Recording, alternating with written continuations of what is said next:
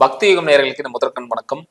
இன்னைக்கு சீஃப் கெஸ்டா யார் வந்திருக்காங்க பாத்தீங்கன்னா சயின்டிபிக் வேதிக் அஸ்ட்ராலஜர் ஆஸ்ட்ரோ அரிஜி வந்திருக்காங்க. ஃபர்ஸ்ட் ஆஃப் ஆல் அவரை வெல்கம் பண்ணிடலாம். வணக்கம் ஐயா. வணக்கம். ஸோ கடந்த சீரீஸ்ல குரு பயிற்சி பலன்கள் பார்த்துட்டு இருக்கோம். ஸோ அந்த வரிசையில் இன்னைக்கு பார்க்கக்கூடிய ராசி விருச்சக ராசி. விருச்சக ராசிக்கு அதாவது அட்டம குருவா வராரு. ஸோ அதை பத்தி கொஞ்சம் சொல்லுங்க ஐயா. கண்டிப்பா. இப்போ விருச்சக ராசிக்கு பாத்தீங்கன்னா கடந்த ஒரு வருடமாக குரு ராசியை பார்த்து ஒரு உத்வேகத்தை கொடுத்தார். ராகு கேது, ராகு வந்து 5ஆம் இடத்திலும் கேது வந்து 11ஆம் இடத்திலும் லாபஸ்தானத்திலும் இருந்து ராகு கேது திசை நடக்கிறவங்களுக்கு ஒரு நல்ல அனுகூலத்தை கொடுத்துட்டு இருந்தார். ஏன்னா கேது வந்து கண்ணியில் இருக்கக்கூடிய அமைப்பு வந்து தவறு இல்லை. ராகு 5ல் இருந்தாலும் கேது வந்து 11ஆம் இடத்துல கண்ணியில் இருந்தார். பட் என்னன்னாங்க, இந்த சனி பாத்தீங்கன்னா 4ஆம் இடத்துல இருந்து தொழில் ரீதியான பல பிரச்சனைகள் கொடுத்துட்டு இருந்தார் விருச்சிக ராசிக்காரர்களுக்கு. ஏன்னா சனி 4ஆம் இடத்துல இருக்கும் பொழுது அர்த்தாஸ்திர சனின்னு சொல்லக்கூடிய அஷ்டமத்தண்ணியில பாதி வரும்.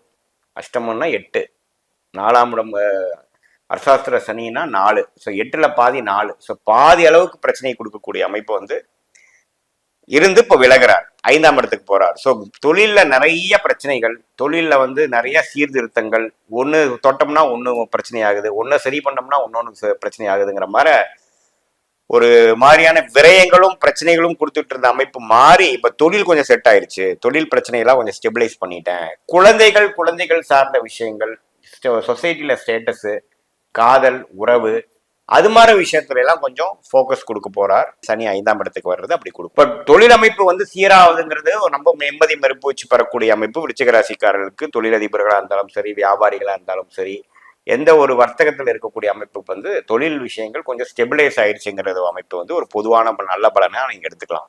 அதே சமயத்துல குரு வந்து அஷ்டமத்துல போனாலும் 2ஆம் இடம் என்று சொல்லப்படுகிற தன வாக்குஸ்தானத்தை பாக்குதுங்கிறது மறந்துடக்கூடாது. ஏன்னா தன் வீட்டை தன் கிரகமே பாக்குறது ஒரு பெரிய வலு. இப்ப மீனவரோட அதிபதி யாருங்க? குரு. அவரோட குருவே வந்து தனுசை பாக்குறாரு இல்லையா?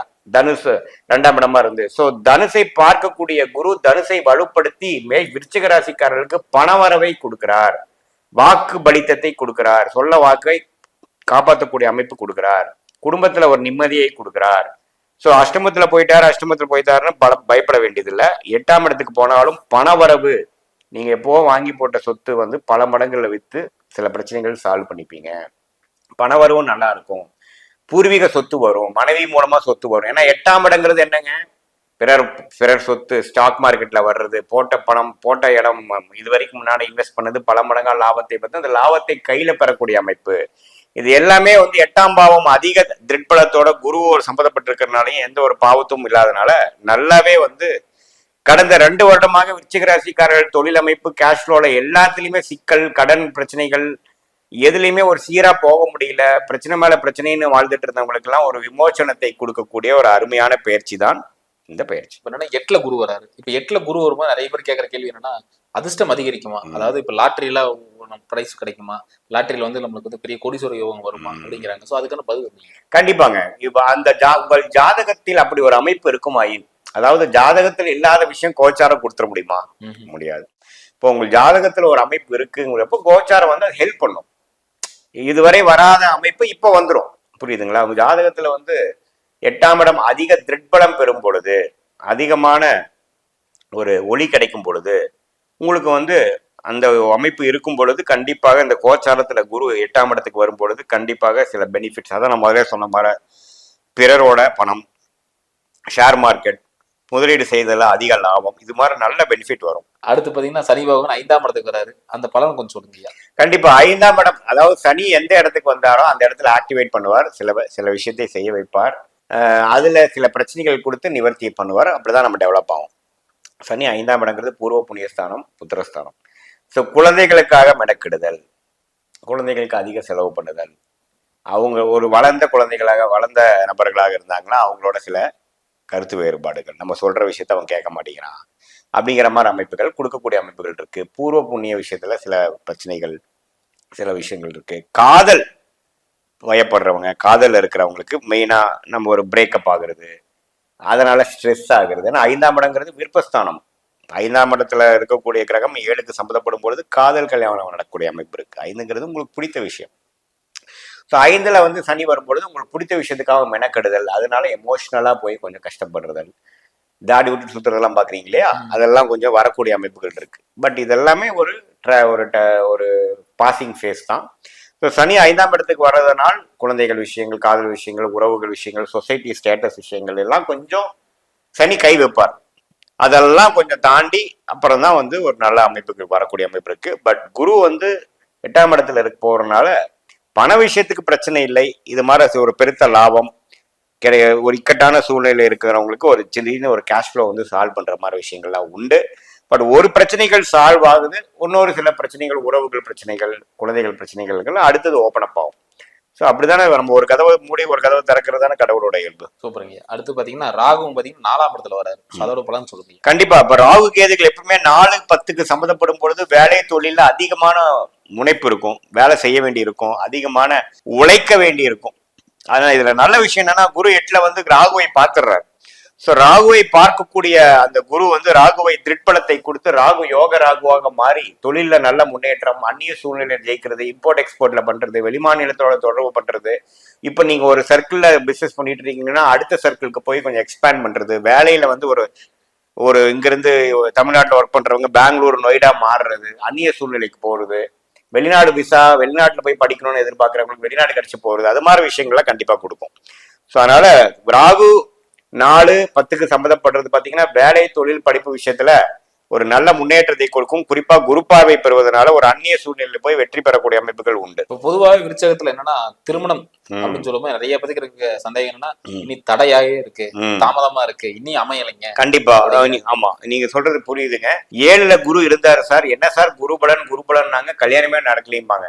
ஆனா 7ல குரு இருக்கிறதோட பார்க்கும் இடத்தை வளர்க்கக்கூடிய ஒரு கிரகமாகிய குரு 2ஆம் இடங்கிற குடும்பஸ்தானத்தை பார்க்கிறார். சோ குடும்பஸ்தானத்தை பார்க்கும் பொழுது குடும்பம் அமையும். எப்பவுமே பாத்தீங்கன்னா ராசியை பார்க்கிற குருவை காட்டிலும் 2ஆம் இடத்தை குரு பார்க்கிறப்பதான் கல்யாணம் நடக்கும். அது நீங்க நல்லா நுண்ணிப்பா பாருங்க. தசாபுக்திகள் அடிப்படையில ஒப்பிட்டு பார்த்து கோச்சாரத்துல குரு 2க்கு சம்மந்தப்படணும், 2ஆம் இடத்துலயோ 2ஆம் இடத்தை பார்க்கணும். அப்பதான் வந்து திருமணம் நடக்கும். சோ நீங்க கேட்ட கேள்விக்கு நானே சொல்லிடுறேன் ஆன்சரு.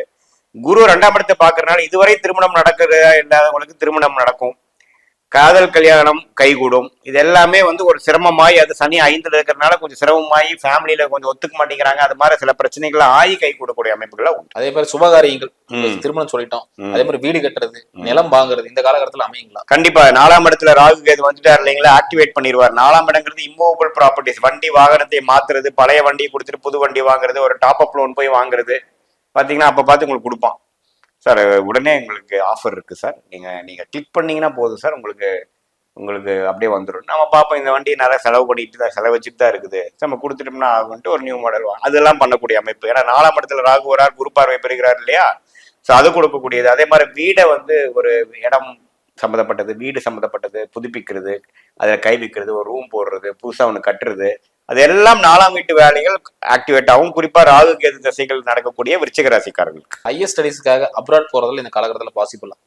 கண்டிப்பா. இப்ப பாத்தீங்கன்னா 8ஆம் இடத்திலேயே குரு போறப்போ வெளிநாடு, வெளிமாநிலத்தில் தள்ளிட்டு போகக்கூடிய அமைப்பு இருக்கு. அதே சமயத்துல 8ஆம் வீட்டு அதிபதி திசையாகிய புதன் திசை, அதாவது நீங்க விருச்சிக லக்னமாவே இருந்து விருச்சிக ராசியாவே இருக்கிறீங்கன்னா புதன் அட்டமாதிபதியா வந்துடுறாரு. புதன் திசை நடக்கிறப்ப குரு 8ல போகும்பொழுது கண்டிப்பா உங்களை வெளியில நகர்த்தக்கூடிய அமைப்பு இருக்கு. ஸோ எப்பவுமே இது மாதிரி வெளிநாடு போய் ஹையர் ஸ்டடீஸ் பண்ணணும், விசா கிடைக்காம ஒரு ஜாப் வந்துருச்சு ஆனா விசா கிடைக்கல, இது மாதிரி இருக்கிறவங்களுக்குலாம் டக்குன்னு கிளிக் ஆகக்கூடிய ஒரு டைம் தான் இப்போ அந்த 8ஆம் வீட்டுக்கு வரக்கூடிய குரு. ஒரு ஆபீஸ்ல வேலை செய்யறாங்கன்னா இப்ப இந்த காலகட்டத்துல தனியா ஒரு பிசினஸ் பண்றது, ஒரு ஃப்ரீலான்சரா பண்றது இந்த காலகட்டத்துல பண்ணலாம்.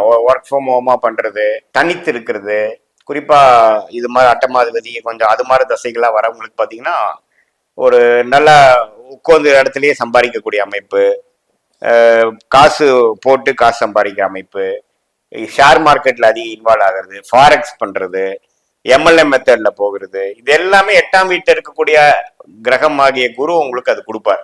அதாவது எப்படி கான்டாக்ட்ஸ் மூலமாக நோகாம சம்பாதிக்கிறது, மூளை யூஸ் பண்ணி பணத்தை வைத்து பணத்தை எப்படி சம்பாதிக்கிறது, அது மாதிரி விஷயங்கள்லாம் கொஞ்சம் கொடுக்கும். பணம் வந்து கொஞ்சம் கேஷ் ஃப்ளோ கொடுக்கும் நிறையா. இந்த தடவை அந்த பணத்தை வந்து கொஞ்சம் சேவ் பண்ணி எடுத்து அதுக்கு ஒரு அசட்டா 4ஆம் இடத்து ஒரு அசட்டா ஒன்று வாங்கிக்கிறதோ தங்கமா வாங்கிக்கிறதோங்கிறது நல்லது. இல்லை நம்ம அதுலயே விளையாண்டுட்டு இருந்தோம்னா ஒரு ஸ்டேஜ்ல போயிடும். ஸோ அதுலதான் கொஞ்சம் கேர்ஃபுல்லா இருக்கும். கடந்த ஆண்டுல புத்திரபாக்கியம் தடையா இருந்தவங்களுக்கு இந்த காலத்துல புத்திரபாக்கியம் வந்து கை கொடுக்கும். கண்டிப்பா. 5ஆம் இடத்துல சனி வந்தனால புத்திர விஷயத்துக்காக ட்ரீட்மெண்ட் எடுக்கிறது, ஐவிஎஃப் பண்றது, ஐயுஐ பண்றது, அப்படிலாம் அதிகமா விருச்சிக ராசிக்காரர்களுக்கு நடக்கும். ஏன்னா சனி எந்த இடத்துல வந்துட்டாரோ அந்த பாவத்தை ஆக்டிவேட் பண்ணுவார், அதுல அதிகமா வேலை செய்ய வைப்பார், அதுல ஃபோக்கஸ் அதிகமா பண்ண வைப்பார். ஸோ ஒரு சிரமமான ஒரு ட்ரீட்மெண்ட்லாம் எடுத்து கடைசியா கை கூடுச்சு. எப்பவுமே ஒரு கர்மகாரகனாகிய சனி வேலையை பண்ணி வச்சுதான் நமக்கு பலனை கொடுப்பார், தூக்கி கொடுக்க மாட்டார்.